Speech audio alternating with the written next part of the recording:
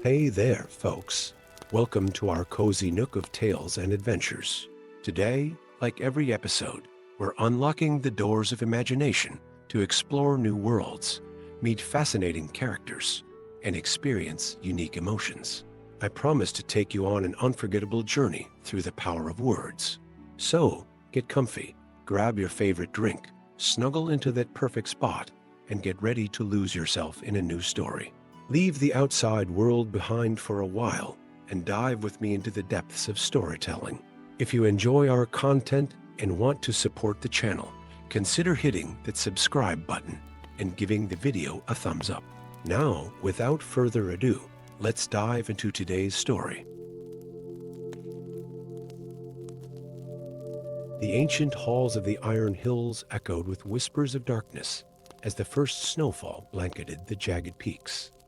Deep within the mountain fortress, where the forge fires burned eternal and the hammers of craftsmen rang like distant bells, something stirred in the forgotten chambers, something that should have remained buried since the First Age. Hamfast Gamgee, a hobbit from the distant green fields of the Shire, pulled his woolen cloak tighter around his shoulders as he trudged up the winding path to the Iron Hills' eastern gate. His breath formed small clouds in the crisp air, and his hairy feet, tough as they were, ached from the unfamiliar terrain of rock and gravel. The summons from King D4 had arrived at his door in Hobbiton 3 months prior, a request so peculiar that many of his neighbors had laughed outright. A gardener? In the mountain halls of the dwarves? Old Gaffer Proudfoot had chortled. What next? A fish teaching birds to swim? Yet, the royal seal had been genuine, and the explanation straightforward. The healing herbs of Ravenstone Terrace, a rare garden cultivated by the dwarves on the eastern slopes, were withering despite their best efforts. The plants essential for treating the mysterious lung ailment that plagued the miners grew nowhere else in Middle-earth. The dwarves, masters of stone and metal, found themselves humbled by the silent suffering of green things. The great gates creaked open at Hamfast's approach, revealing a pair of heavily armored dwarven guards whose beards were adorned with silver clasps bearing the insignia of the Iron Hills, a hammer crossed with a pickaxe beneath 7 stars.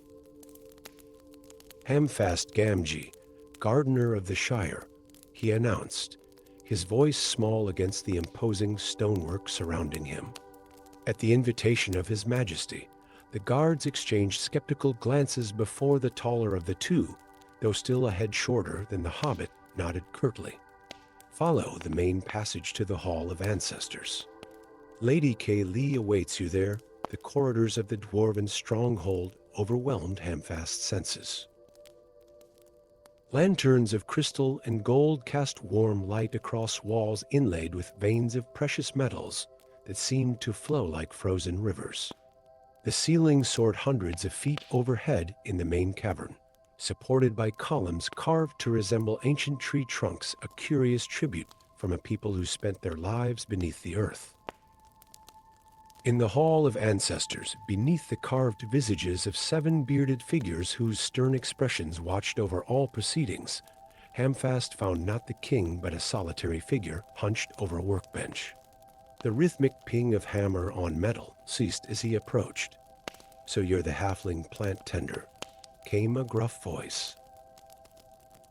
The dwarf turned, revealing not the expected male warrior, but a female with a russet beard adorned with iron beads, her sleeves rolled up to expose muscular forearms covered in burn scars. "I am Kay Lee, royal armorer and granddaughter of the legendary warrior who helped reclaim Erebor." Hamfast bowed awkwardly. "At your service, my lady," Kay Lee snorted. "I'm no lady. I'm a smith." "And you're not what I expected." "I rarely am," Hamfast replied with a small smile. "Now, about these healing herbs, the herbs can wait," Kay Lee interrupted, her voice dropping to a whisper as she glanced toward the shadows. "Something foul stalks our realm, Master Hobbit."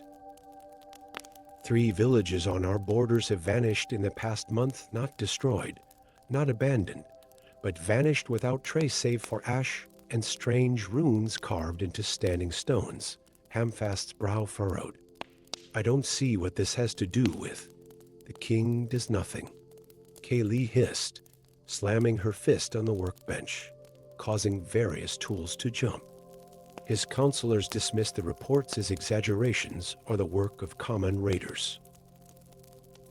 But I've seen the sights myself. The earth itself seems wrong, corrupted. And you, halfling, know the ways of growing things, of soil and root. Perhaps you might perceive what we cannot. Before Hamfast could respond, the great doors to the hall swung open. A procession of richly dressed dwarves entered, led by a figure whose beard, streaked with silver and adorned with gold and mithril clasps, flowed almost to his feet. Upon his head sat a crown of iron inlaid with 7 stones of different hues. King Dian 4, Kaylee murmured, dropping to one knee. Hamfast hastily followed suit. The king's eyes, dark as coal and just as hard, barely acknowledged the hobbit before turning to Kaylee. The Ravenstone herbs fail again? Yes, my king, she replied. This is the gardener from the west. Dian's gaze finally settled on Hamfast, who fought the urge to shrink back. Something in the king's eyes seemed distant, as though he were looking through the hobbit rather than at him. Fix the gardens, halfling. You will have whatever resources you require. The king's voice carried an edge of steel that brooked no argument. Without awaiting response, he swept from the hall, followed by his entourage. Charming fellow, Hamfast muttered once they had gone. Kaylee's expression darkened. He was not always thus. Since midwinter, a change has come over him, subtle at first, now unmistakable to those who have known him long. She leaned closer. Will you help me, Master Gamgee? Not just with the herbs, but with discovering what darkness creeps into our realm. The hobbit looked into the dwarf's earnest face and sighed. He had come to tend plants, not solve mysteries or fight evils. Yet something in Kaylee's desperation stirred his Tookish blood, that wild strain that occasionally drove hobbits to adventures against their better judgment. I'll help, he said finally. Though what good a gardener can do against vanishing villages, I cannot fathom. The Ravenstone terrace clung to the eastern face of the mountain like a shelf of emerald against the gray stone. Ingenious systems of mirrors redirected sunlight into the protected hollow, while carefully constructed irrigation channels brought snowmelt from higher peaks. Yet despite these perfect conditions, the beds of silvery-leaved herbs were withering, their stems blackening as though burned from within. Hamfast knelt beside one dying plant, gently freeing it from the soil to examine its roots. What he found made him recoil. The roots were twisted into unnatural shapes, forming patterns that hurt the eye to follow. More disturbing still, when broken, they oozed not sap, but a thick black substance that steamed slightly in the cool air. This isn't natural disease or poor conditions, he murmured to Kaylee, who watched nearby. Something is corrupting them from below. Over the following weeks, as winter deepened its hold on the mountains, Hamfast divided his time between attempting to save the precious herbs and secretly accompanying Kaylee to investigate the vanished border settlements. Each site told the same eerie tale: buildings intact, but completely empty. Strange runic circles burned into the central gathering places, and a lingering sense of wrongness that made even the birds avoid the area. The soil samples he collected revealed the same corruption he had found in the Ravenstone herbs, an inky blackness that seemed to consume rather than nurture life. When placed in a clay pot, normal seeds planted in this soil grew into twisted parodies of their natural forms, with thorns where none should be and leaves that seemed to whisper when the wind touched them. It's as though the earth itself is being rewritten, Hamfast explained to Kaylee one evening in her private forge, where they had taken to meeting away from prying eyes. These runes we keep finding, they're not just symbols. They're changing the fundamental nature of the land. Kaylee's face paled beneath her beard. There is an old legend among our people, she said reluctantly, of the 7 fathers of the dwarves, created by all the smith at the dawn of time. The oldest texts speak of an 8th father, struck from the histories, one who sought to reshape the world according to his own design rather than the pattern laid down by the Veiler, Azal, came a rasping voice from the shadows. Both Hobbit and dwarf whirled to find a bent figure emerging from a hidden doorway, an ancient dwarf whose beard had gone white as snow, his rheumy eyes clouded with cataracts. Master Nori, Kaylee gasped. You should not be wandering the lower halls alone. I go where I must. Young one, the elder replied, his gnarled hand clutching a staff of twisted ironwood. I hear your whispers, your questions about the changing earth. You speak of what none dare name the return of Azal, the rejected father, that night, by the light of a single shielded lantern in Nori's chambers deep within the mountain. The old dwarf revealed the terrible truth. A faction of exiled dwarves, calling themselves the Brotherhood of the 8th Forge, had discovered ancient texts describing rituals to awaken the spirit of Azal, trapped since the First Age in the deepest chambers beneath the Iron Hills. They believe he will restore the dwarves to glory beyond measure, Nori explained, his voice cracking with age and fear. But the texts warn that Azal's vision of glory is a twisted one, a world remade in his image, where stone lives and flesh becomes mineral, where the natural order is inverted, and the king. Hamfast asked quietly. Nori's clouded eyes filled with tears.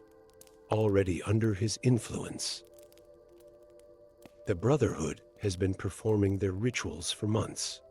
Each village that disappears strengthens Azal's hold as he consumes their essence to rebuild his form. We must stop this, Kaylee declared, her hand instinctively moving to the hammer at her belt. The old dwarf shook his head sadly. Weapons will not avail you against a spirit of stone. There is but one hope, the Earth Song, an ancient melody said to have been taught to the first gardeners by Yavanna herself, a counterpoint to Azal's stoneworking. It reminds the earth of its true nature. Hamfast and Kaylee exchanged glances. And where might we find this song? The Hobbit asked. That, said Nori with the ghost of a smile, is where a halfling gardener becomes our salvation. The night of midwinter arrived with a terrible storm that howled around the mountain peaks like a living thing. Deep within the ceremonial hall of the Iron Hills, King Din stood before an ancient anvil, his eyes now completely black, his voice transformed into a grinding rumble as he led the Brotherhood of the 8th Forge in their final ritual.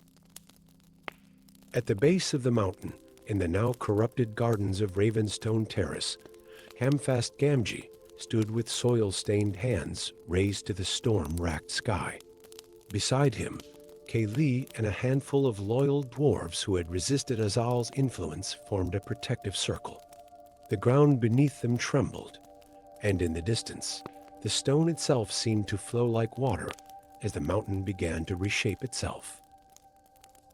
It's time, the Hobbit said simply, his voice nearly lost in the howling wind. From his pocket, he drew a small seed pod, the last healthy remnant of the Ravenstone herbs, preserved through his careful tending. But rather than plant it, he crushed it between his palms and began to sing. The melody was unlike anything the dwarves had heard, not the deep rhythmic chanting of their own music, but something light and airy, reminiscent of spring breezes and the gentle patter of rain on new leaves. The song required no magical bloodline or ancient artifact, only the simple, profound connection to growing things that hobbits had cultivated over countless generations. It was a song of renewal, of the turning seasons, of life's persistence against darkness. As Hamfast sang, he cast the crushed seed pod to the winds. A soft green light spiraled out from his hands, following the path of the scattered seeds. Where this light touched the corrupted soil, the blackness receded, and tiny shoots of green thrust upward with the impossible speed.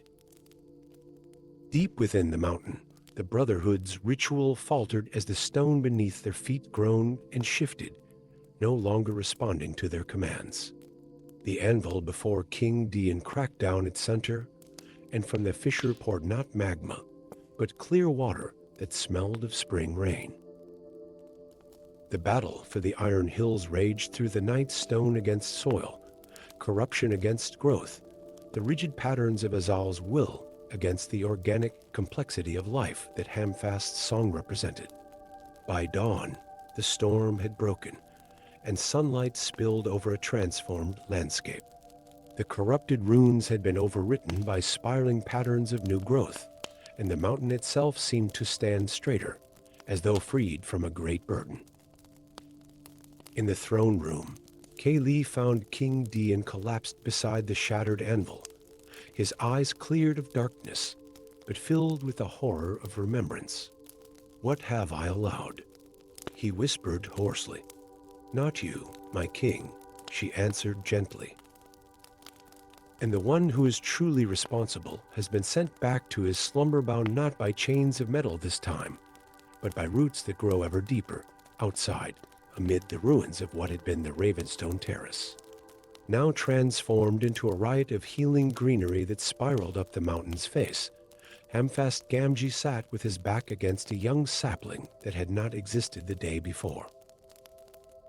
His face was lined with exhaustion, but his eyes sparkled with satisfaction as he packed his pipe with Longbottom leaf. "Not bad for a gardener from the Shire," he murmured to himself as the first smoke ring drifted lazily into the clear morning air. Not bad at all. In the centuries that followed, the dwarves of the Iron Hills would become known not only for their metalwork, but for the miraculous healing plants that grew nowhere else in Middle-earth. And if visitors noticed the unusual custom of keeping a small garden plot in every dwarf hall, or the 7-day festival each spring, when dwarven children scattered seeds upon the mountainside while singing a strange, lilting melody, few connected it to the ancient tales of a Hobbit gardener who had taught the masters of stone to honor the wisdom of growing things. But in the Shire, the descendants of Hamfast Gamgee kept the full story alive, passing it down through generations as they tended their gardens and reminded each other that sometimes the mightiest magic comes from the smallest hands. Story 2, beyond the rolling hills of the Shire, past the misty peaks of the Misty Mountains, and further still than the vast expanse of Ron, lay lands unmarked on most maps, territories where the stars themselves seemed to hang differently in the night sky.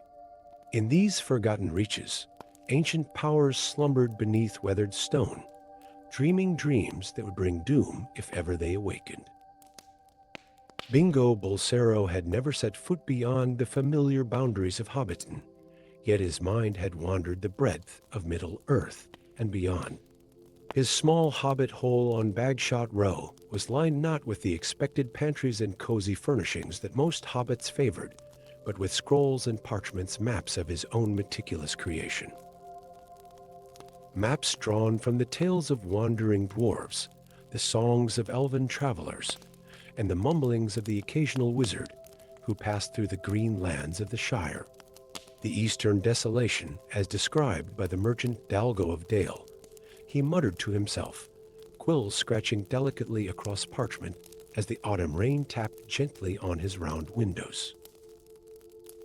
Said to contain 3 great pillars of obsidian that cast no shadow even under the midday sun, the hobbit paused, tapping the feathered end of his quill against his chin. Something about that description had always troubled him. Objects that cast no shadow defied the natural order. He had placed a question mark beside this landmark, one of dozens that dotted his most ambitious work, a map of the far eastern realms that no hobbit had ever seen. A sudden pounding at his door startled Bingo so severely that his inkwell nearly toppled onto the parchment. Muttering curses that would have scandalized his neighbors, he shuffled to the door, not bothering to straighten his ink-stained waistcoat or tame his wild thatch of curly hair.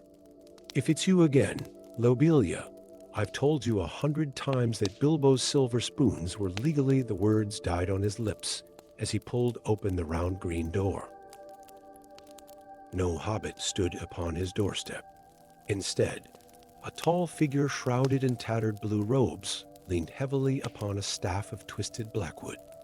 His beard, once perhaps as dark as a raven's wing, was now streaked with silver, and his eyes, those were what caught Bingo's breath in his throat. They glowed with an inner light, like distant stars viewed through sea mist.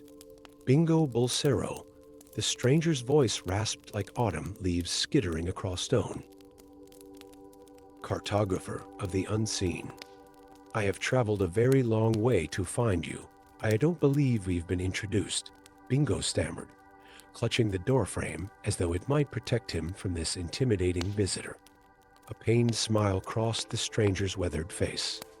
"Once I was known as Pallando the Blue. Now I am perhaps the last of my order who remembers our true purpose in these lands." He swayed slightly, and Bingo noticed with alarm the dark stain spreading across the wizard's right side. "You're hurt," the hobbit exclaimed, his fear momentarily forgotten. "A mere inconvenience compared to what will befall all lands if you do not aid me," Pallando replied, before his eyes rolled back and he collapsed forward, forcing the small hobbit to catch his considerable weight before he struck the polished floor. "The Devourer of Stars," Pallando explained 3 days later, when his fever had finally broken and he could sit up in Bingo's spare bed, which was comically small for his tall frame. "An entity old beyond reckoning, imprisoned in the Urokarni, the red mountains of the east, by my brethren, and I when first we came to these shores."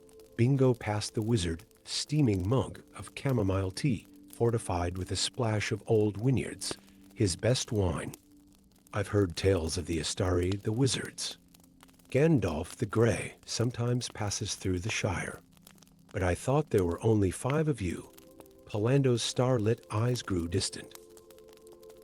5 who traveled west and became known in the histories of elves and men. My companion LOTR and I journeyed into the east, where different stars shine and different powers hold sway. His gnarled hand tightened around the mug.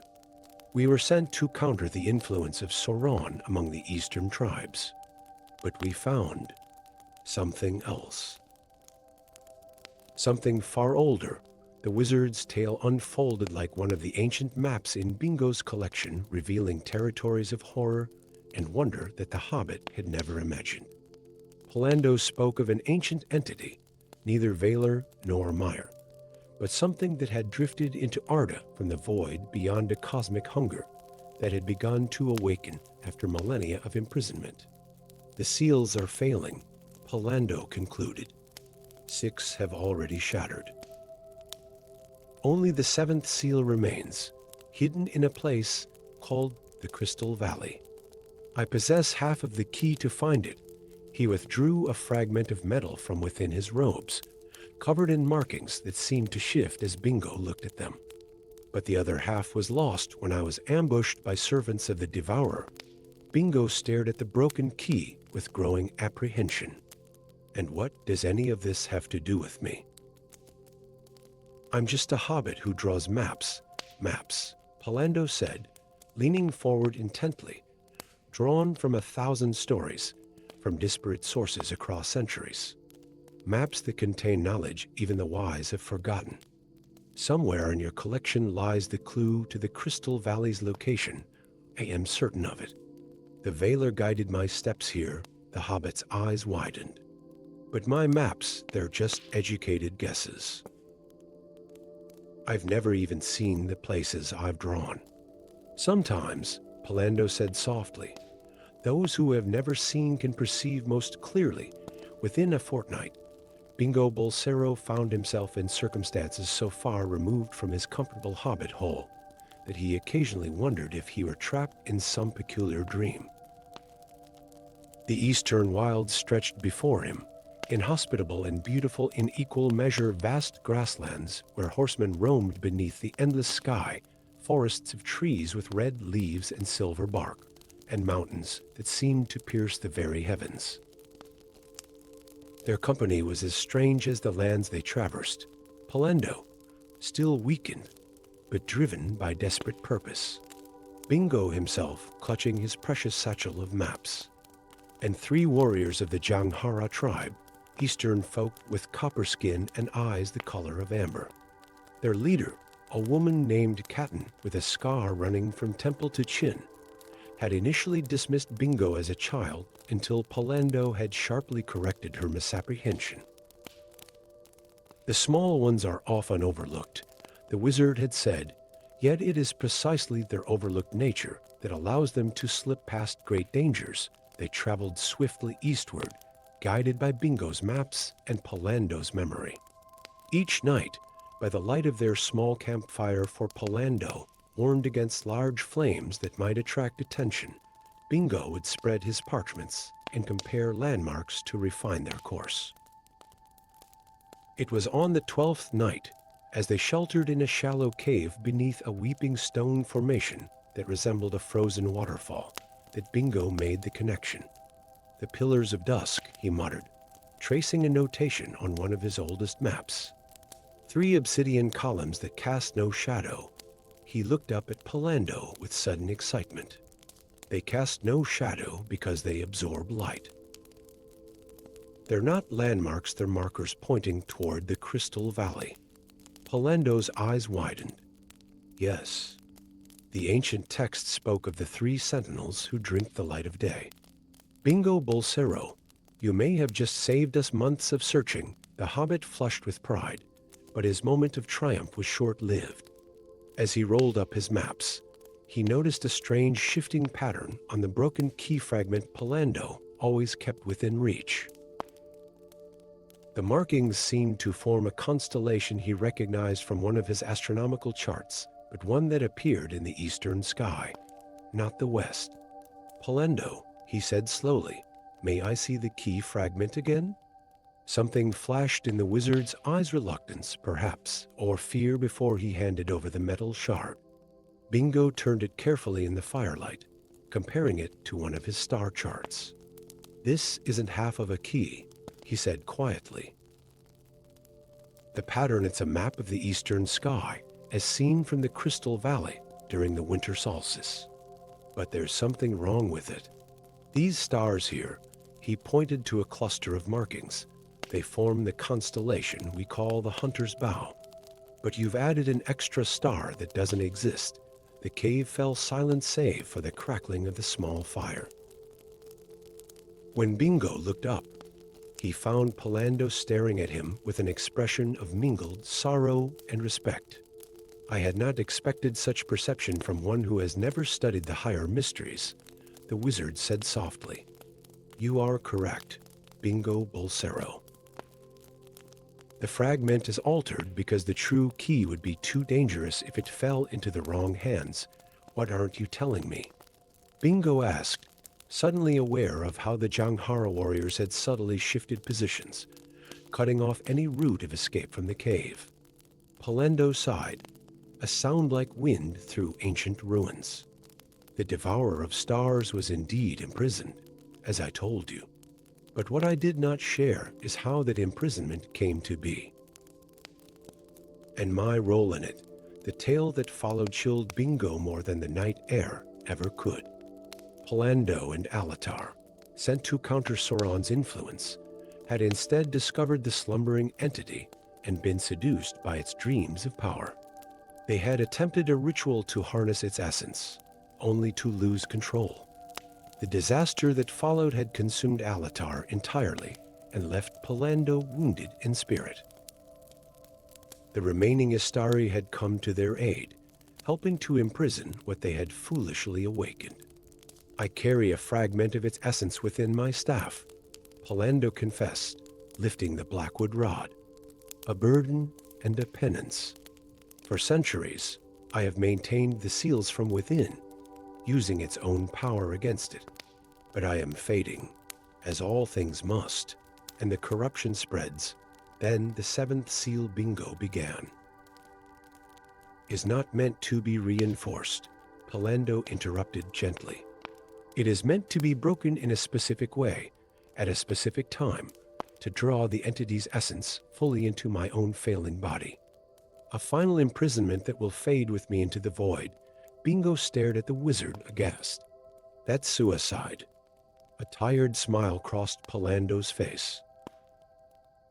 It is atonement. The Crystal Valley lay hidden within the embrace of the Red Mountains, a place where light fractured and danced among formations that had grown naturally into shapes of such mathematical perfection that they seemed crafted by divine hands.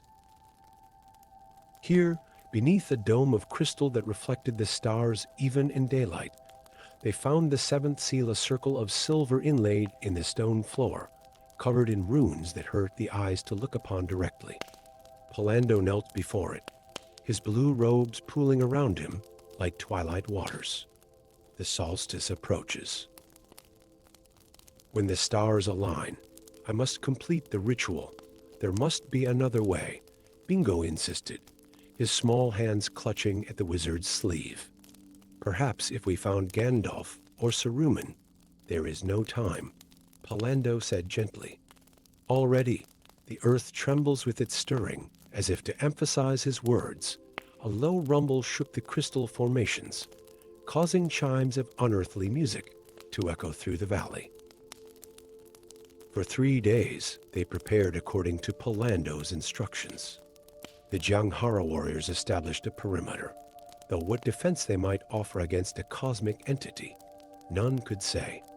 Bingo assisted the wizard with mixing rare herbs and minerals into pastes that Pallando used to paint elaborate designs upon his own skin.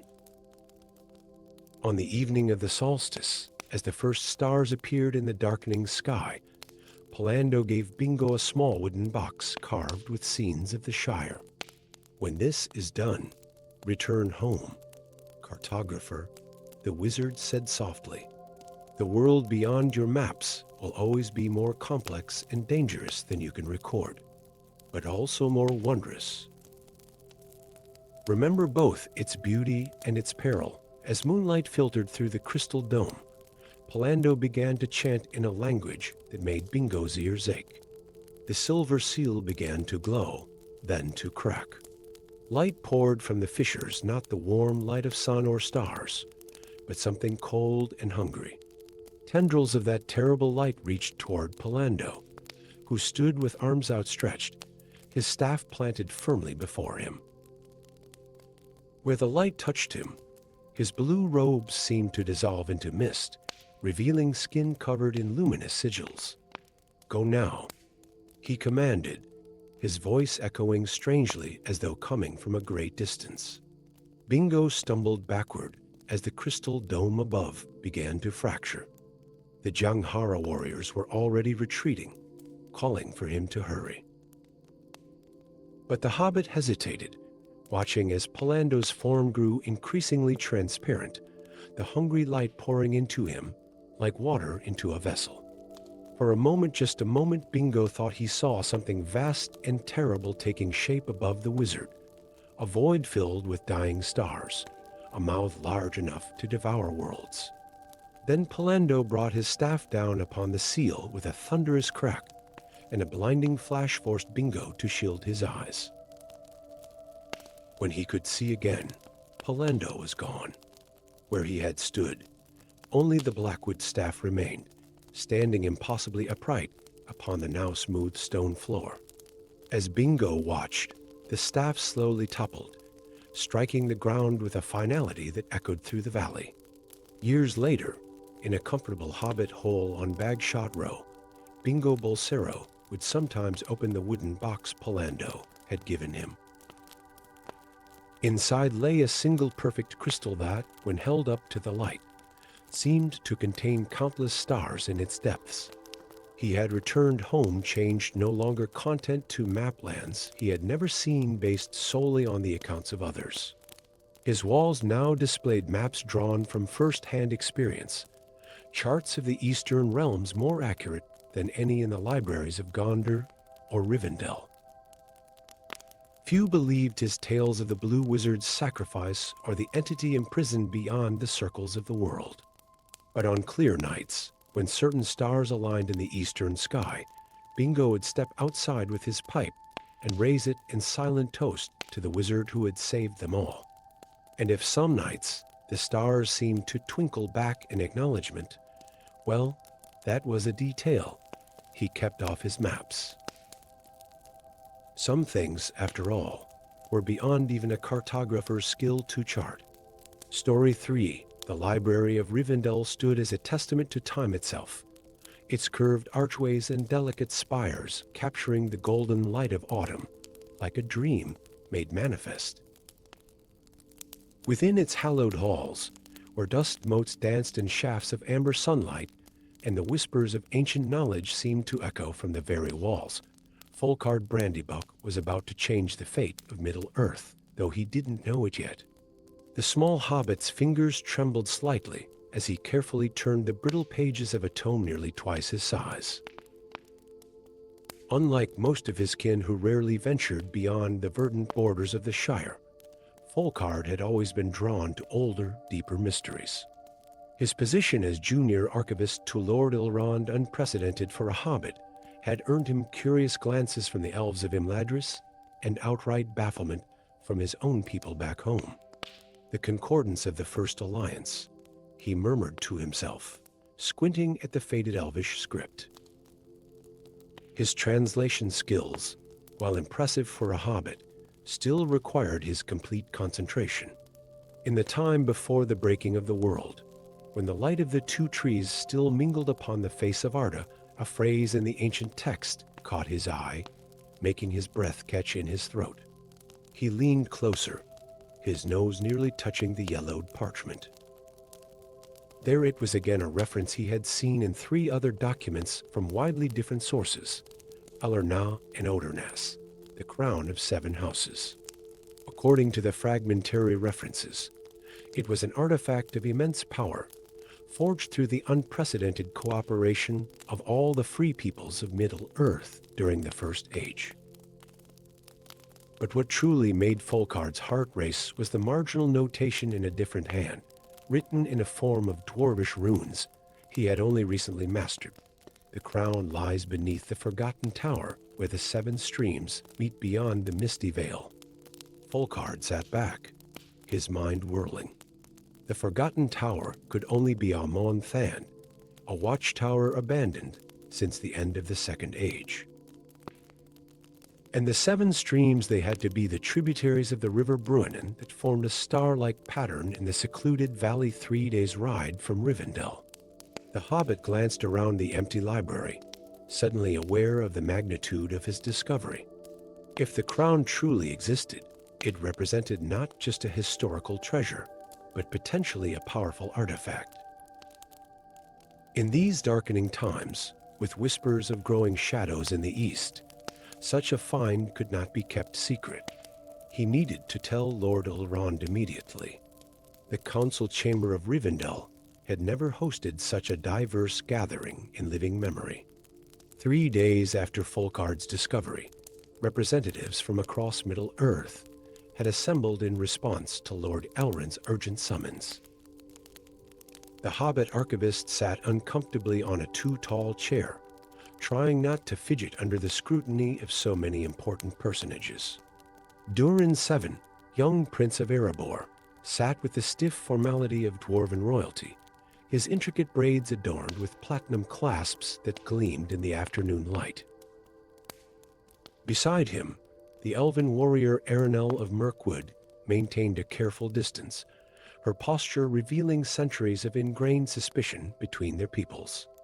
Men of Dale and Gondor occupied another section of the semicircular chamber, while a pair of hobbits from the Shire, hastily summoned as witnesses, looked as out of place as Folkard felt. Lord Elrond stood at the center, his ageless face grave, The crown of 7 houses is not merely a relic, he explained, his melodious voice carrying to every corner of the chamber. It was forged in a time of desperate alliance, when all our peoples stood together against a darkness that predated even Morgoth's rise. The histories tell us it contains a fragment of power from each race dwarfcraft in its metal, elven light in its gems, the steadfastness of men in its shape, and the enduring hope of the Perianath the halflings in its heart. Murmurs rippled through the assembly. Folkard noticed Prince Durin's fingers tightening around his ceremonial axe.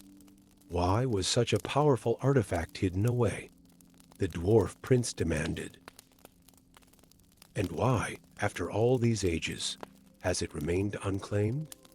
A shadow seemed to pass over Elrond's face. Because, Prince Durin, the crown carries both blessing and burden. It grants immense power to unify and protect, but only to one who can resist its temptation. The ancient texts warn that the crown tests all who would claim it, offering visions of their deepest desires. Those who succumb become vessels for a power far darker than the one that forged it. The chamber fell silent as the implication settled over the council. It was Eärnel who finally spoke, her voice cool and measured. What does the prophecy say, Lord Elrond? The one mentioned in your summons. Elrond's eyes flickered briefly to Folkard before he replied. When shadow rises in the east once more, the crown shall pass to the least expected hand. The smallest among the great shall bear the weight that would break the mighty. All eyes turned to the hobbits. Folkard felt his cheeks burn under their scrutiny. Surely not. One of the men of Gondor scoffed.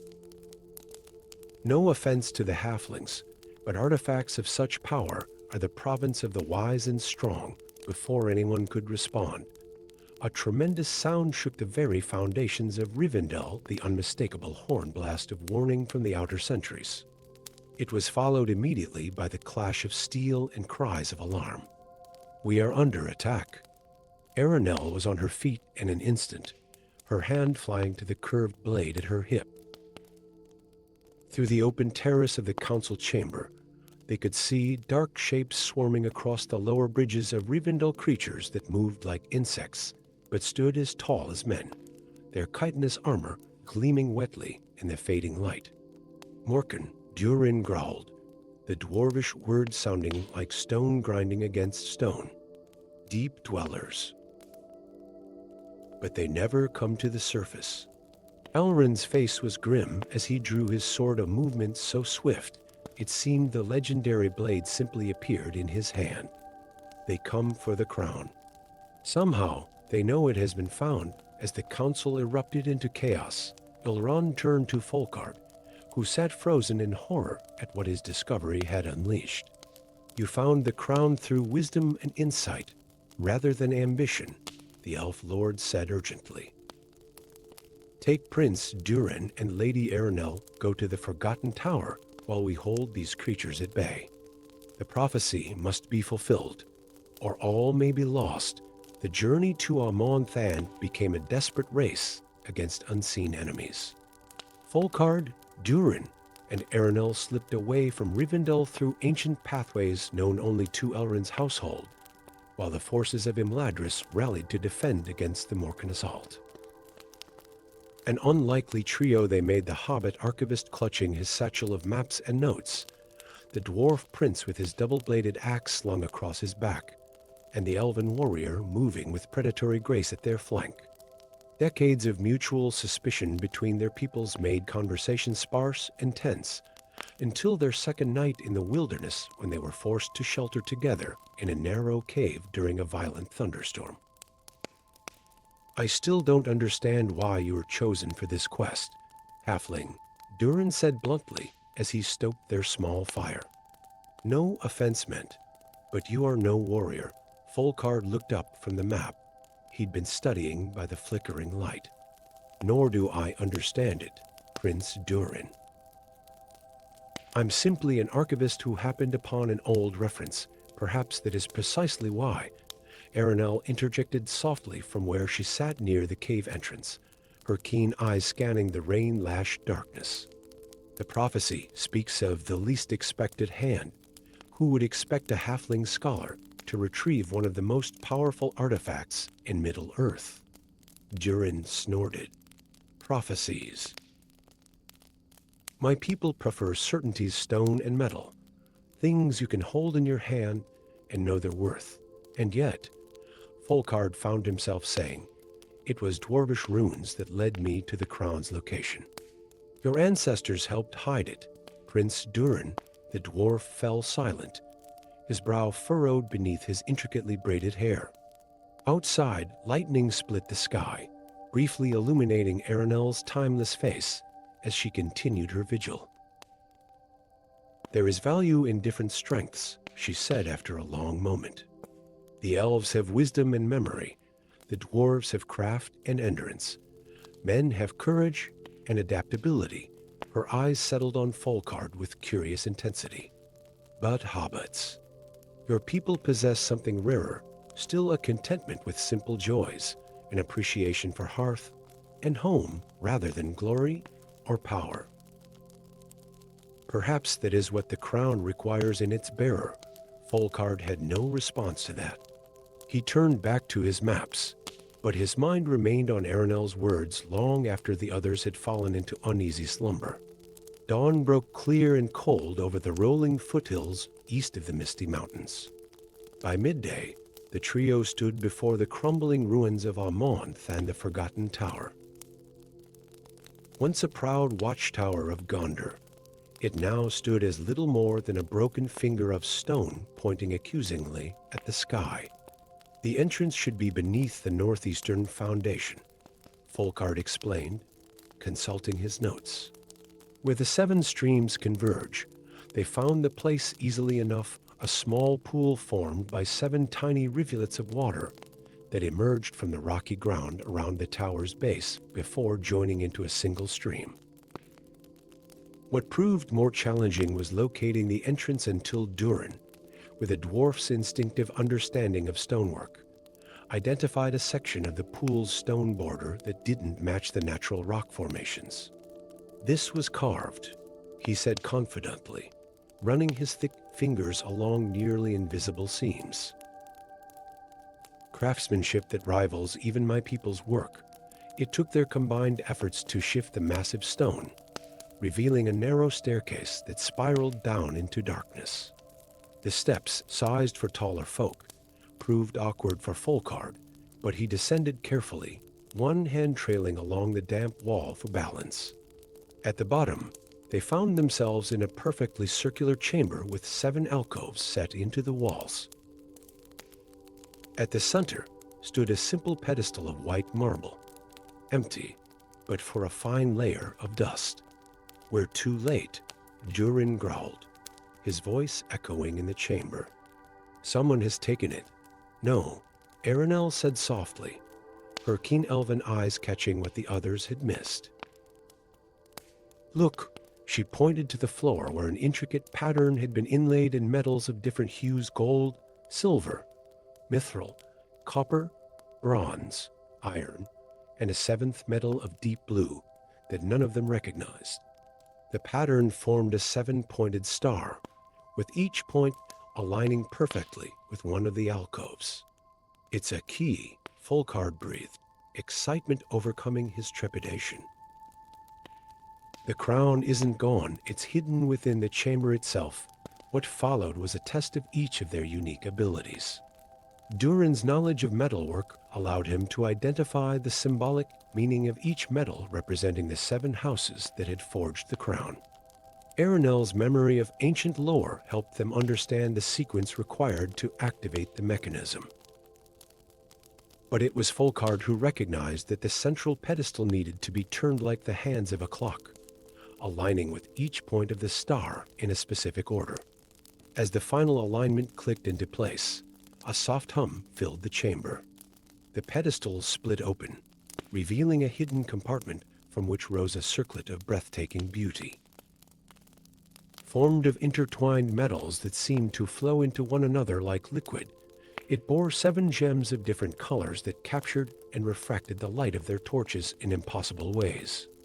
The crown of 7 houses, Aranel whispered reverently. I never truly believed it existed. Durin stepped forward, his eyes wide with wonder. Such craftsmanship. My ancestors' hands helped forge this. I can feel it, as if drawn by an invisible force. Both dwarf and elf moved toward the crown. But as their hands extended, the gems flared with sudden brilliance, casting projections of light that took the form of visions around the chamber. Folkard gasped as he saw what the others saw. Durin beheld the halls of Moria restored to impossible glory, with himself upon a throne of gold and mithril. Aranel saw Mirkwood cleansed of all shadow, her people united and strong beyond their greatest days of old. And Folkard. He saw the Shire, but not as it was. He saw it protected and prosperous, respected by all the great powers of Middle-earth, with himself as its wise and beloved leader. The Hobbit felt his heart pound as the vision beckoned him. One step toward the crown, then another. He could almost feel its weight upon his brow, the power it would grant him. A distant screeching echoed down the stairwell, the unmistakable sound of Morkan. The attack on Rivendell had been a diversion. Somehow, they had followed the trio to the tower. The sound broke through Folkard's trance. He blinked, suddenly aware of how close he stood to the crown, how desperately he wanted to claim it. With a gasp, he stumbled backward, tearing his gaze away from the vision of glory that still shimmered in the air before him. We must go, he said urgently, noting how Durin and Aranel remained entranced, their eyes fixed on their respective visions. The enemy comes. When neither responded, Folkard did something that surprised even himself. He darted forward and snatched the crown from its pedestal, breaking the spell of visions. Both his companions turned to him with momentary rage that quickly faded to confusion. The prophecy, Aranel murmured, clarity returning to her eyes. The smallest among the great, the screeching grew louder. Durin hefted his axe, moving toward the stairwell. Take the crown to safety, halfling. We will hold them here as long as we can. Folkard clutched the crown to his chest, feeling its strange warmth against his skin. I won't leave you. You must, Aranel insisted, drawing her blade. The prophecy chose you because you alone can resist its temptation. Your people desire garden and hearth, not power and glory. Go. She pointed to a narrow opening behind one of the alcoves, a tunnel barely large enough for a dwarf, but perfectly sized for a hobbit. With a last anguished look at his companions preparing to make their stand, Folkard ducked into the passage, the crown of 7 houses clutched tightly in his hands. The tale of how Folkard Brandybuck returned to Rivendell with the crown of 7 houses, of how Lord Elrond used its power to repel the Morkan invasion, and of the subsequent rescue of Durin and Aranel wounded, but alive from the depths beneath the Forgotten Tower. These became the stuff of legend in later years. But what the histories recorded most prominently was how a humble hobbit archivist stood before the United Council of Middle-earth's greatest powers and refused to claim the crown for himself or his people. The crown was not meant to elevate one race above others, he said as recounted in Elrond's chronicles. It was forged by 7 houses united, and in union is its true power found. I will not be its keeper, nor will any single people. Let it remain in Rivendell, to be claimed only when all 7 houses agree it is needed, and so it remained, neither hidden nor forgotten, a symbol of the strength found in unlikely alliances and unexpected heroes. In the centuries that followed, when whispers of darkness grew once more in the east, the people of Middle-earth would remember the lesson of the Hobbit, who held power in his hands, yet chose to set it aside. For as Folkard himself wrote in the final entry of his journal before returning to the Shire, the greatest power lies not in crowns or rings, but in knowing when to refuse them. Story 4. The boundaries between worlds are seldom as solid as they appear. In places where ancient powers have trod, or where the veils of reality have worn thin through the ages, these boundaries become little more than gossamer curtains, fluttering in mystical winds. One such place lay beyond the western borders of the Shire, hidden from casual wanderers by magic far older than even the elves could remember the secret valley of Tuckborough. Primula took awakened with a gasp, her nightgown damp with perspiration despite the autumn chill that pervaded her small bedroom in Hobbiton. The dream had come again more vivid than ever before. A valley shrouded in silver mist. A pulsing crystal that called to her with a voice that seemed to vibrate in her very bones. And eyes, countless pairs of hollow, hungry eyes watching from just beyond the boundaries of light. She sat up, pushing wild copper curls from her face as moonlight spilled through her round window, casting hobbit-shaped shadows across the wooden floor. No ordinary hobbit dreamed such dreams. Indeed, most hobbits prided themselves on practical, sensible dreams of mushroom feasts or successful harvests. Yet for 3 consecutive nights, the same visions had pulled Primula from comfortable slumber into a world of ancient warnings and desperate pleas. Nonsense and foolishness, she muttered to herself, though her voice trembled slightly as she lit the candle beside her bed. Too many of old Belladonna's tales before bedtime, that's all. Yet even as she spoke the words, her gaze drifted to the small wooden chest tucked beneath her writing desk, the chest her grandmother had entrusted to her on her deathbed 5 summers ago. With strict instructions not to open it until the dreams begin, with hands that suddenly seemed to belong to someone else, Primula slid from her bed and knelt beside the chest. The brass lock clicked open at her touch, as though it had been waiting for this moment. Inside lay a single item, a pendant of silver and crystal, identical to the one that pulsed in her dreams. As her fingers closed around it, a shiver ran through her body, and the world seemed to tilt sideways. "The Guardian awakens," whispered a voice that seemed to come from everywhere and nowhere. "The veil thins." The watchers stir. Dawn had barely kissed the rolling hills of Hobbiton when an unexpected visitor arrived at Primula's door. The sharp, authoritative knock startled her as she packed a small travel satchel, an action she couldn't entirely explain even to herself, only that the pendant had filled her with an unshakable certainty that she needed to journey westward. The figure on her doorstep stood nearly twice her height, draped in shimmering robes of silver gray that seemed to capture and refract the morning light in impossible ways. His beard, white as new snow, was braided with strands of what appeared to be actual starlight, and his eyes held the depth of centuries. "Primula Took," he said, his voice like distant bells.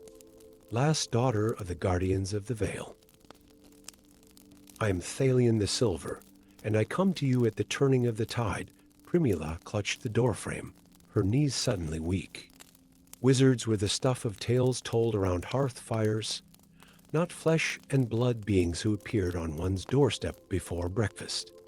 I don't understand," she stammered. "Guardians? Veils? I'm just a hobbit." A smile flickered across Thalion's ancient face. "No, child. You are the last of a secret lineage.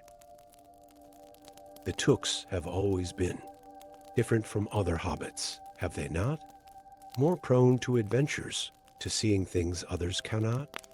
Unbidden, memories surfaced in Primula's mind, her grandmother's uncanny ability to predict coming storms, her own inexplicable talent for finding lost things, the way animals fell silent when she walked through the forests. "The pendant called to you," Thalion continued, gesturing to the crystal that now hung around her neck. "It would not have done so were you not the true heir of Tuckborough."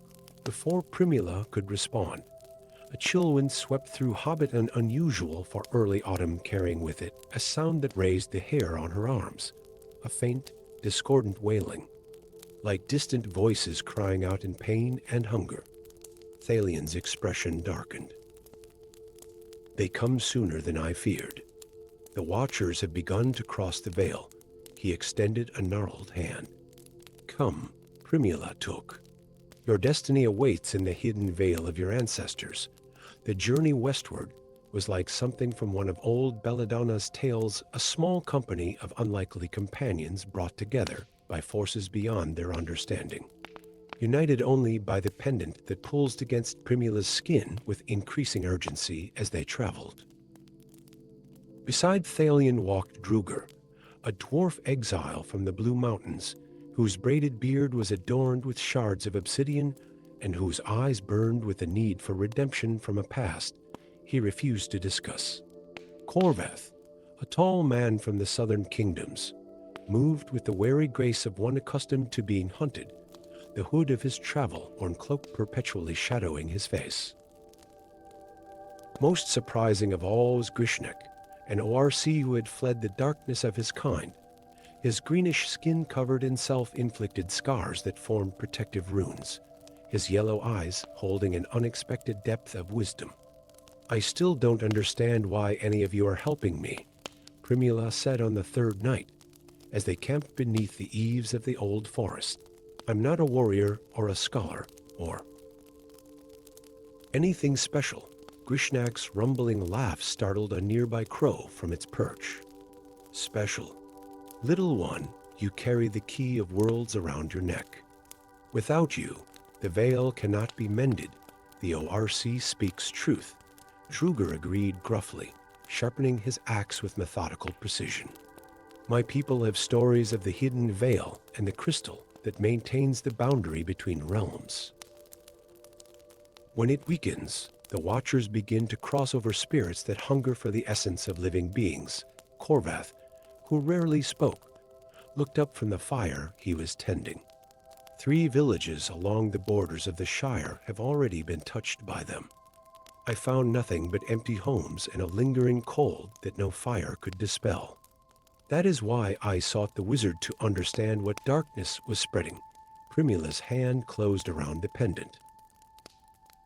"But what am I supposed to do? I don't know any magic or ancient rituals. Your blood is the key," Thalion said quietly. "The Vale of Tuckborough was entrusted to your ancestors, hobbits, chosen for their unique resistance to corruption and darkness. Only one of your line can approach the Heartstone and renew the veil." The wizard's eyes reflected the dancing flames as he added, "But know this, Primula took there is always a price for such magic. The question you must answer when we reach the veil is whether you are willing to pay it." They crossed into lands that appeared on no map of the Shire, a hidden realm where ancient oaks stood sentinel along pathways paved with stone that glittered with strange luminescence under moonlight. The air itself felt different here, thick with possibilities and whispers of other worlds. As they traveled deeper into this forgotten territory, Primula began to notice changes in their company. Thalion grew more withdrawn, his silver robes sometimes appearing to fade into transparency at the edges. Druger's eyes darted constantly to the shadows between trees, his hands never straying far from his weapons.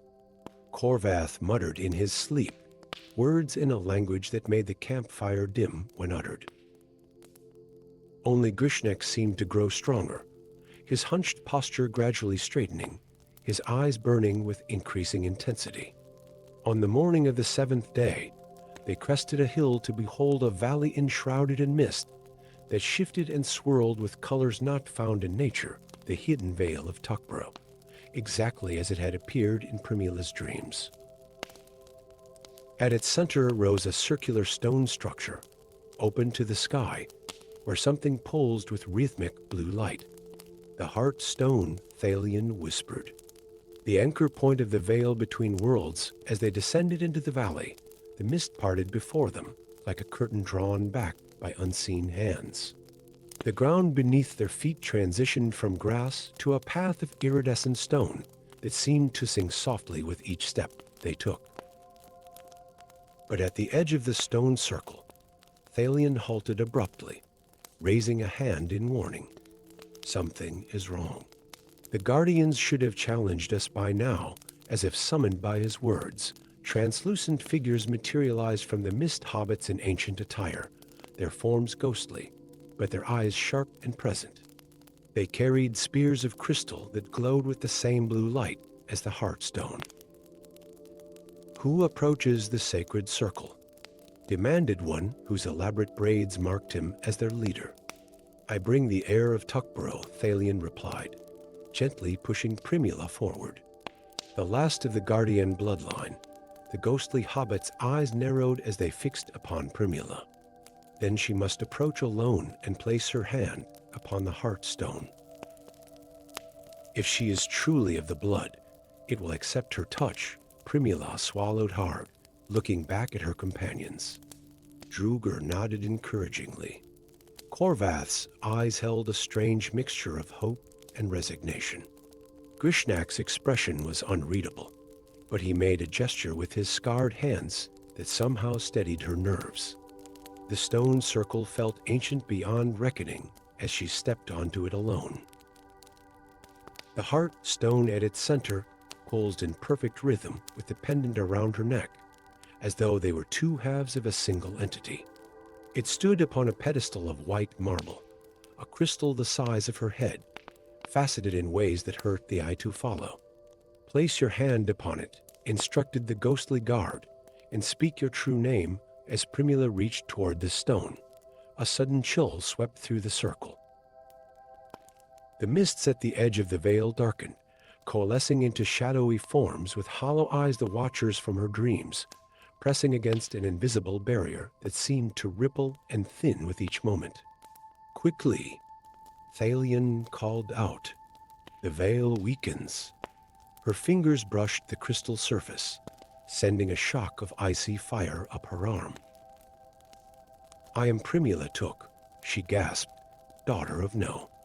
The cry came from behind her, not from Thalion, but from Grishnak.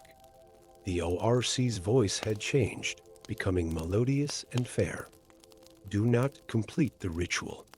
Primula turned to see her companions frozen in place, unable to move, as Grishnak strode forward. But the ORC's form was shifting, melting away like winter snow in spring sunshine, revealing a tall figure of impossible beauty and terrible power. "Thalion," the transformed being said, smiling cruelly at the wizard, "did you truly believe I wouldn't recognize your interference? After all these centuries?" The silver wizard struggled against invisible bonds. "Moriel," he spat. "You were banished beyond the veil, and now I return," the fair being turned to Primula, who stood transfixed beside the Heartstone. "This wizard has not told you the truth, little hobbit. The pendant you wear is not merely a key, it is a prison, and I am its prisoner." Moriel gestured to the shadowy forms pressing against the veil. "Those are not watchers, but my kin, trapped between worlds when the first guardians betrayed us." "Thalion seeks not to repair the veil, but to strengthen our prison." Doubt clouded Primula's mind as she looked between the transformed ORC and the wizard she had trusted. The pendant at her throat grew cold as ice. "She speaks with the forked tongue of her kind," Thalion managed to say. "The exiled ones were banished for attempting to remake Middle-earth in their image a realm of eternal twilight, where they would rule as gods. And what would you have the Hobbit do?" Moriel challenged. "Tell her, Silver One. Tell her the price of renewing the veil." Primula's gaze snapped to Thalion, whose ancient eyes could not quite meet hers. "Your life," he whispered finally. "The veil requires a guardian's life essence to maintain its strength for another age." The truth fell like a stone into still water, sending ripples of understanding through Primula's mind. Her grandmother's final decline after receiving the chest.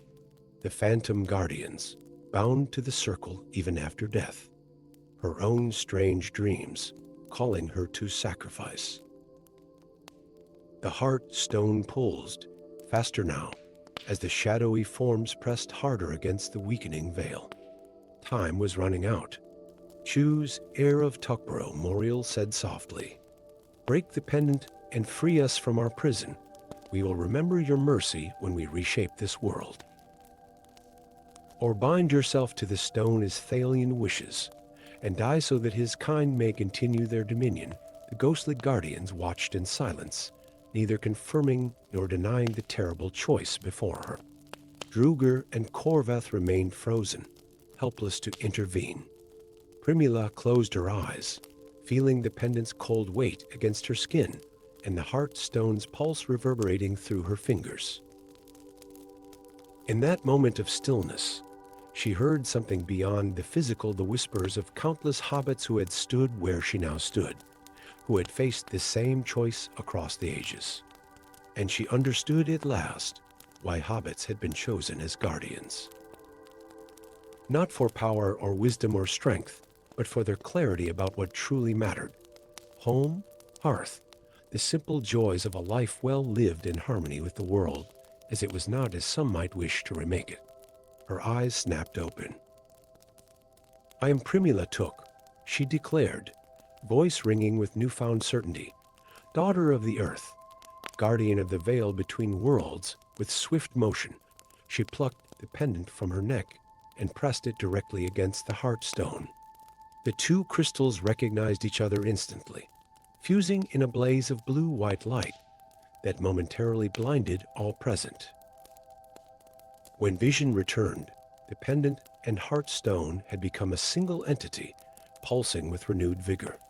The veil visibly strengthened, pushing back the shadowy forms until they faded entirely from sight. Moriel screamed in fury, her beautiful form beginning to dissolve like morning mist before the sun. "What have you done?" the fading being wailed. "You were supposed to choose." Primula smiled sadly. "I did choose. Just not as either of you expected, for in that moment of fusion, Primula had offered neither her death nor her betrayal, but something else entirely: her connection to the Shire, to the life she had known. The pendant would remain part of the Heartstone, and she would remain bound to it as its living guardian, neither fully in the world of hobbits nor fully removed from it.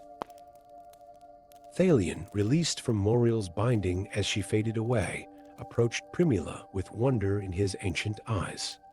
"In all the ages of this ritual, no guardian has found this third path.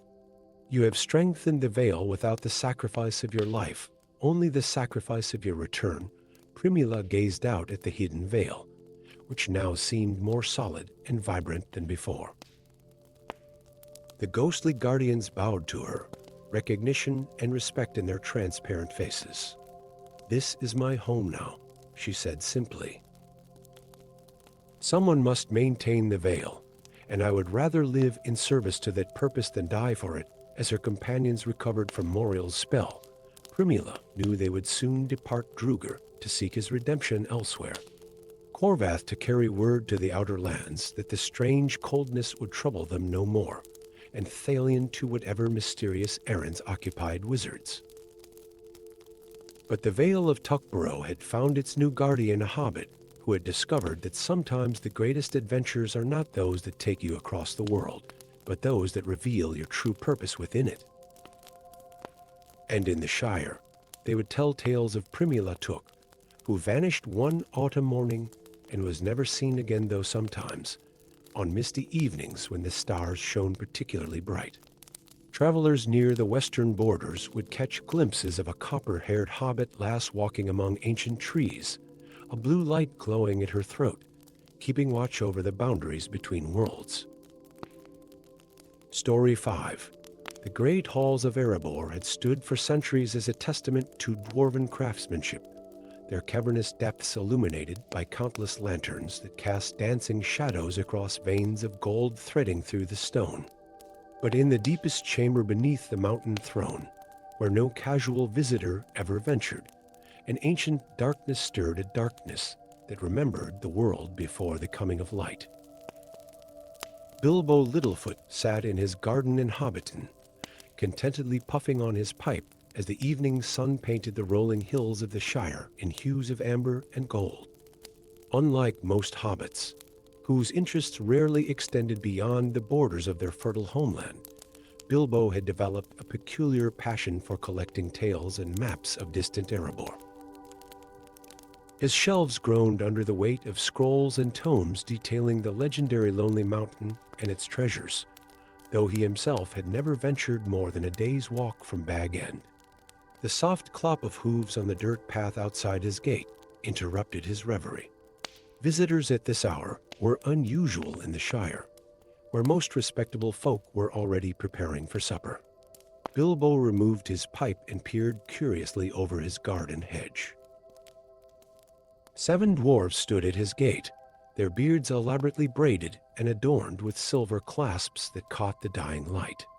Their leader, a stocky figure whose beard was streaked with silver and whose bearing spoke of nobility despite his travel-worn appearance, stepped forward. Bilbo Littlefoot. The dwarf's voice was deep as mountain caverns. "I am Thrain III, heir to the throne of Erebor. We seek the one whom the ancient text names as He Who Walks Without Echo." Bilbo nearly dropped his pipe. "I beg your pardon. The mountain calls," said another dwarf, this one ancient, with milky eyes that suggested blindness, though they fixed on Bilbo with unnerving precision. The darkness beneath stirs. The prophecy speaks of one small of stature, but light of foot, who shall find what warriors cannot see. Before Bilbo could respond that there had clearly been some mistake, the elderly dwarf extended a gnarled hand. In his palm lay a small object that gleamed like captured starlight, a scale, iridescent black with edges that shimmered with hints of midnight blue. 3 nights passed. This was found in the deepest mining shaft, Thrain explained, his voice grave. A scale from Morgameth, the black worm of the void, brother to Smaug the Terrible. Legend tells that the brothers came to Middle-earth together in the First Age, but while Smaug terrorized the skies, Morgameth burrowed deep into the mountains, hibernating through the ages. Until now, the elderly dwarf's unseeing eyes seemed to pierce Bilbo's very soul. "The dragon awakens, Hobbit. And only you can help us find its weakness before it fully rises." The journey to Erebor passed in a blur of landscapes Bilbo had only ever seen illustrated in his books, the rolling plains beyond Bree. The dark expanse of Mirkwood with its canopy that blocked out the sky, and finally, the solitary peak of the Lonely Mountain itself, rising majestically against the horizon. Throughout their travels, Thrain explained that the miners had disturbed ancient chambers while seeking new veins of mithril. Something terrible had stirred in those depths, something that had claimed 12 dwarven lives already, leaving nothing but scattered ash where proud warriors had stood. "But why me?" Bilbo asked repeatedly, trotting to keep pace with the dwarves' longer strides. "I'm no warrior or dragon slayer. I've never even left the Shire before." It was Gormlaith, their unexpected 8th companion who had joined them at the borders of Mirkwood, who finally answered. The elf maid's silver hair caught the moonlight as she kept watch while the others slept, her exile from her woodland kin marked by the absence of clan braids in her long tresses. "The ancient texts speak of the dragon's hide being impenetrable to all weapons," she explained, her voice melodic even in whispered tones. "No dwarf, elf, or man can approach undetected. The creature senses the weight of their tread and the heat of their bloodlust. But hobbits," she smiled faintly, "your kind move differently upon the earth. Lighter, with less intent." "You mean he won't notice me because I'm small?" Bilbo asked, somewhat offended. Gormlaith shook her head. "Not merely small. Different. You walk without making the stones sing beneath your feet. Without echo." As the prophecy foretold, the great gates of Erebor swung open before them, revealing a kingdom both magnificent and somber. News of the awakening darkness had spread, and the usual bustling activity of the dwarven stronghold was muted, faces grim as they passed. Thrain led them not to the throne room, but to a small chamber hewn from raw stone, where maps and ancient texts covered a large table. "The dragon stirs in the deep forges," he explained, pointing to a section of the map marked with runes that pulsed with a faint blue light. "We have sealed all passages leading there, but the beast's awakening grows stronger. Each day, the mountain itself trembles a little more." Baruk, Thrain's war master, slammed a fist on the table. "We should collapse the entire section, bury the worm before it fully wakes, and risk destabilizing the entire eastern quadrant," countered another dwarf. "The deep forges lie beneath our main water reservoirs. If they collapse, besides," Gormlaith interjected softly, "Morgamath does not merely seek destruction. According to the ancient texts, he hungers for the heart of the mountain." A heavy silence fell over the chamber. Bilbo glanced between the grim faces, confusion evident in his expression. "The Arkenstone," Thrain finally explained. "The great jewel that once adorned my ancestor's throne.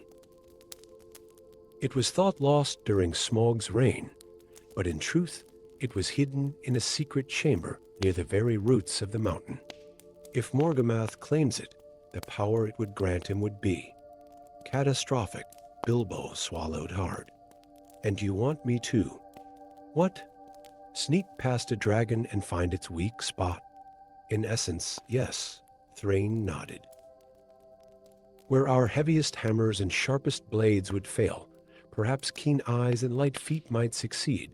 Before further discussion could take place, a tremendous shudder ran through the mountain, causing dust to rain down from the chamber ceiling. In the distance, a deep, reverberating sound echoed not quite a roar, but something more like the grinding of massive stones, underscored by a malevolent intelligence that made Bilbo's skin prickle with instinctive fear. "It grows stronger," the blind dwarf whispered. "We have little time." The descent into the lower levels of Erebor revealed a different world from the majestic halls above. Here, the passages narrowed and twisted, the air growing warmer and sulphurous. Thrain led the way, accompanied by Baruk and two other warriors. Gormlaith followed, the natural grace of elves making her appear to float over the rough terrain. Bilbo brought up the rear, his heart hammering in his chest as they approached a massive iron door sealed with runes of warding. "Beyond this point, we dare not go," Thrain said gravely. "The beast would sense us immediately. But you, Bilbo Littlefoot, you may pass undetected. There is an observation chamber," Baruk explained, pointing to a narrow fissure in the rock wall beside the sealed door. "A spy hole our ancestors used to monitor the forges without entering.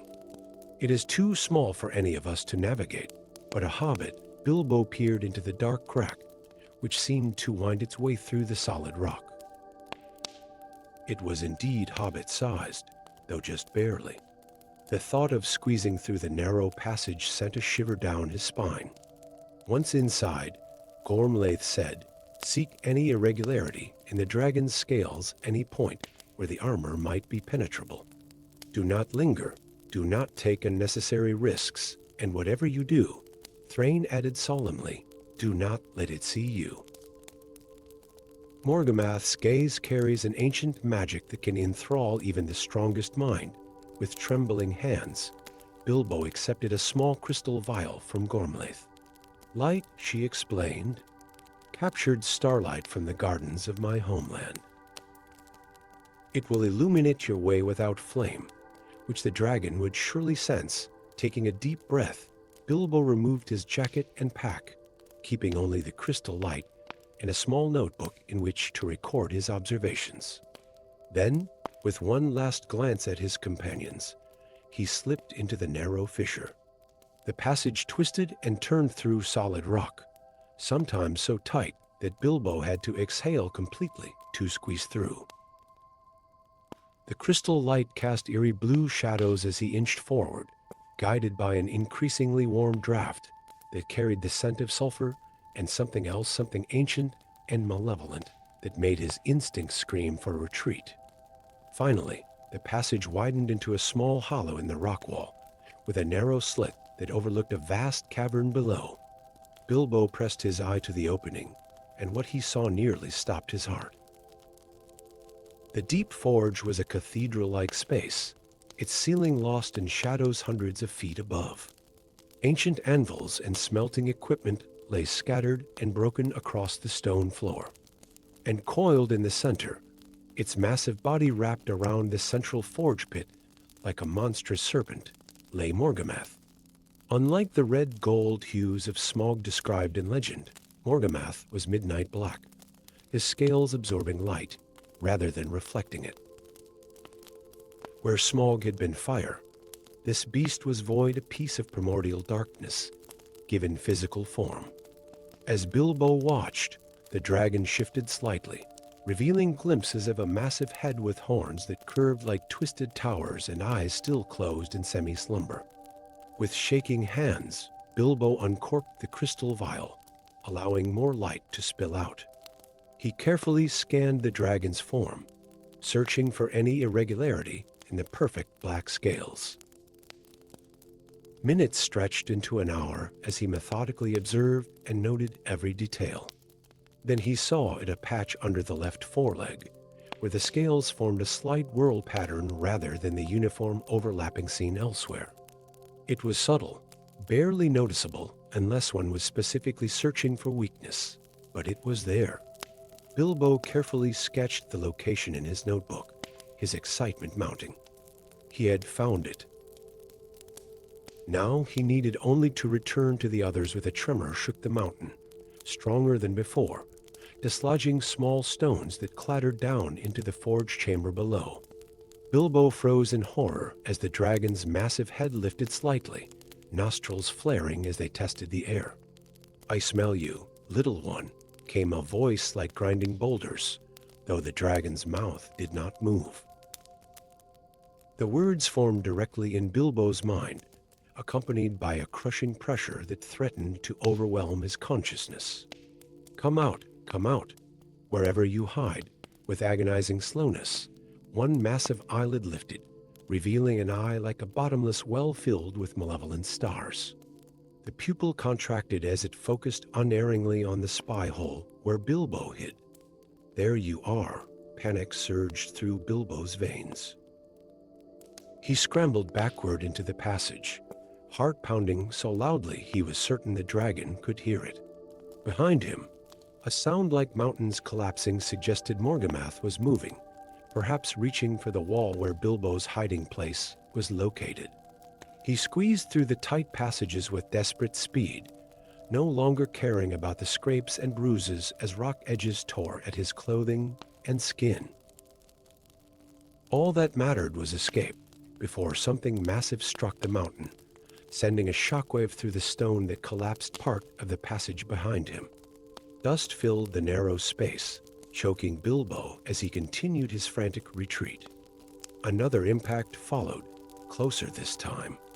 The dragon was trying to break through the rock to reach him.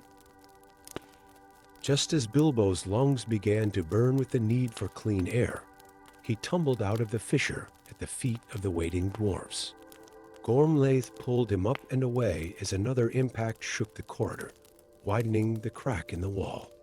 "The door won't hold," Baruch shouted over the din. "Run." They fled through the tunnels as a terrible screeching sound like metal being torn apart echoed behind them. The sealed door to the deep forge had failed. Morgamath was free. Here, Bilbo gasped, spreading his notebook on the council table back in the upper levels. Under the left foreleg, the scales form a different pattern. They're perhaps a scar from an ancient battle, or a natural weakness. Thrain studied the sketch, hope kindling in his eyes for the first time since their journey began. "This we can use." Our master smiths can forge a specialized weapon to pierce this exact spot, but who will wield it? Gormlaith asked, her fair face solemn. The dragon is fully awake now and hunting through the lower halls. None can approach it undetected. A terrible suspicion formed in Bilbo's mind as all eyes in the chamber turned to him. Oh no. No, no, no. Finding the weak spot was one thing, but actually attacking a dragon? That's not what hobbits do. You would not be alone, Thrain assured him, though the confidence in his voice rang hollow. Our best warriors would accompany you. To what end? Bilbo retorted. You said yourselves that the dragon would sense any dwarf approaching. Before the argument could continue, a dwarf messenger burst into the chamber, his face ashen. My lord. Valdorn has been seen entering the lower eastern tunnels alone. Thrain's face drained of color. Valdorn, my chief counselor, are you certain? Yes, my lord. And he carried something wrapped in cloth that glowed with an inner light, the Arkenstone. Gormlaith whispered, horror in her voice. He means to give it to the dragon. Understanding dawned on Bilbo like a physical blow. That's why Morgamath sensed me in the spy hole. Not because I made a sound, but because someone told him I would be there. Valdorn betrayed us. Thrain's expression hardened into one of terrible resolve. He was ever jealous of my family's claim to the throne. If he believes he can control the dragon with the Arkenstone, we must stop him, Baruch growled, reaching for his axe. Before he dooms us all, but Bilbo, his mind racing, held up a hand. Wait. If Valdorn believes he can control the dragon, then he's approaching it openly without fear. The dragon won't be looking for threats from behind, a plan formed quickly desperate and dangerous, but perhaps their only hope. While Thrain led a contingent of warriors to confront Valdorn and distract the dragon from the front, Bilbo and Gormlaith would approach from behind, through maintenance tunnels that ran beneath the dragon's chosen lair. Bilbo, with his silent hobbit tread, would carry a special weapon forged by the master smiths, a slender spear of dwarf steel mixed with melted down mithril, designed to pierce the vulnerable spot beneath Morgamath's foreleg. This is madness, Gormlaith said quietly as they waited in the dark tunnel while the smiths worked feverishly above. Yet, I see no other way, nor I, Bilbo admitted, surprising himself with his calm. Though I never imagined my first journey beyond the Shire would end beneath a mountain, facing a dragon from legend, the elf maid's hand found his shoulder, squeezing gently. Legends are born from such moments, Bilbo Littlefoot. Songs will tell of your courage long after these dark days have passed. I'd rather live to hear them, Bilbo replied with a weak smile. The final confrontation came not in the deep forge, but in the ancient treasury of Thror, where Morgamath had made his new lair among mountains of gold and gems. The dragon, now fully awakened, was even more terrifying than Bilbo remembered, a vast shadow-given flesh, with wings that could blot out the sun and teeth like obsidian spears. Before him stood Valdorn, the traitorous counselor, holding aloft the Arkenstone, a gem that shone with an inner light, so brilliant it illuminated the entire chamber. I have brought you what you seek, Great One, Valdorn called, his voice echoing off the treasure-laden walls. In exchange for your oath to spare me and make me ruler of Erebor when the others lie in ashes. The dragon's laughter rumbled through the chamber like distant thunder. Such ambition in so small a vessel. Amusing, from their hidden position behind a fallen column, Bilbo and Gormlaith watched as Thrain and his warriors appeared at the main entrance to the treasury, weapons drawn. Valdorn, son of Valdar. Thrain's voice rang out with the authority of his bloodline. You betray your people and your oaths. The distraction worked. All eyes in the chamber, including the dragons, turned toward the confrontation at the entrance. With a nod from Gormlaith, Bilbo began his stealthy approach, the special spear clutched in his trembling hands. Heart pounding in his ears, the hobbit crept across the treasure-strewn floor, placing each foot with deliberate care to avoid disturbing even a single coin. The dragon's massive body lay 20 feet ahead, the vulnerable spot beneath its left foreleg exposed as Morgamath reared up slightly to address the dwarves. 15 feet. 10 feet. 5. Did you think I would not sense your little scheme, heir of Durin? The dragon's mind voice boomed, causing Bilbo to freeze in place. Did you think your distraction would shield the halfling's approach? With terrifying speed, the dragon's tail whipped around, missing Bilbo by inches as he threw himself to the ground. Coins scattered everywhere, the noise a death knell to any hope of stealth. Bilbo, now. Gormlaith's voice rang out as she loosed an arrow that struck the dragon's eye, causing it to roar in pain and fury. Time seemed too slow as Bilbo scrambled to his feet, spear in hand. The dragon's massive head swung toward him, jaws opening to reveal the darkness of oblivion. In that moment, with death mere seconds away, Bilbo found a courage he never knew he possessed. He charged, not away from the beast, but toward it, diving into a slide that carried him beneath the dragon's foreleg, just as Morgamath lunged. With all his strength, he thrust the mithril-forged spear upward into the whirl of scales he had identified. The weapon struck true, sliding between the overlapping plates to pierce the soft flesh beneath. A terrible scream, part roar, part psychic assault, filled the chamber as black ichor sprayed from the wound. The dragon reared back, thrashing in agony, its tail and wings demolishing pillars and sending treasures flying like deadly projectiles. Bilbo scrambled away, narrowly avoiding being crushed by the dragon's convulsions. The Arkenstone, knocked from Valdorn's grasp, rolled across the floor and came to rest at Thrain's feet. The heart. Gormlaith shouted over the din. The prophecy. The heart of the mountain shall be its bane. Understanding dawned on Thrain's face. He snatched up the Arkenstone and, with the perfect aim of a master warrior, hurled it toward Bilbo. The hobbit caught the brilliant gem instinctively, its light seeming to flow up his arms like liquid radiance. The wounded dragon, sensing the stone's presence, turned its malevolent gaze upon Bilbo.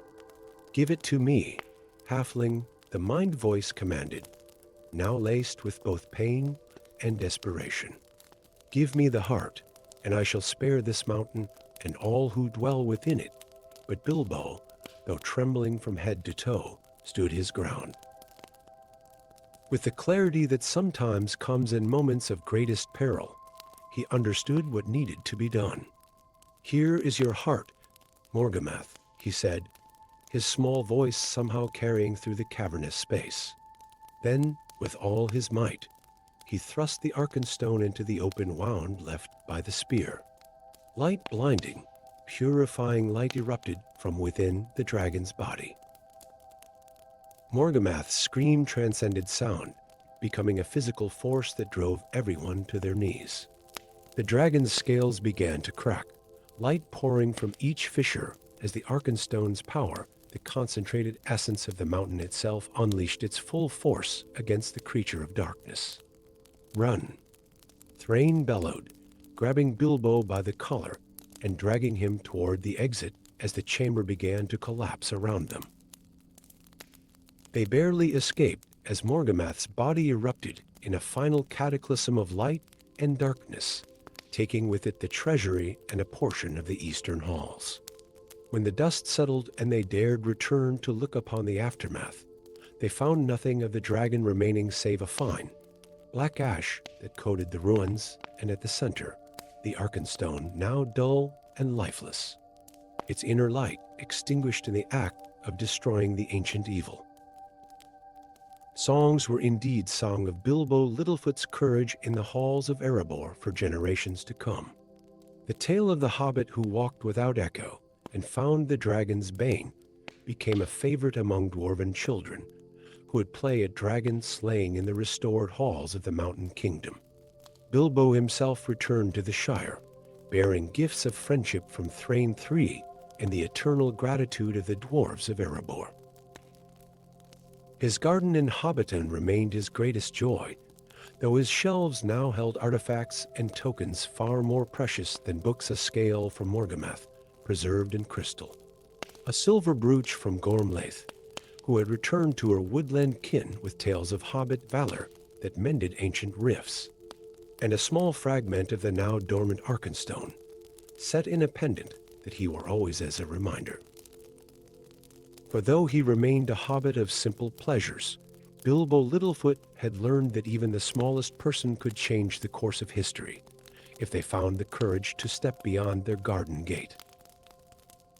And on quiet evenings, as he sat smoking his pipe and watching the sun set over the peaceful hills of the Shire, he would sometimes wonder what other adventures might be waiting beyond the horizon, and whether, perhaps, he might one day answer their call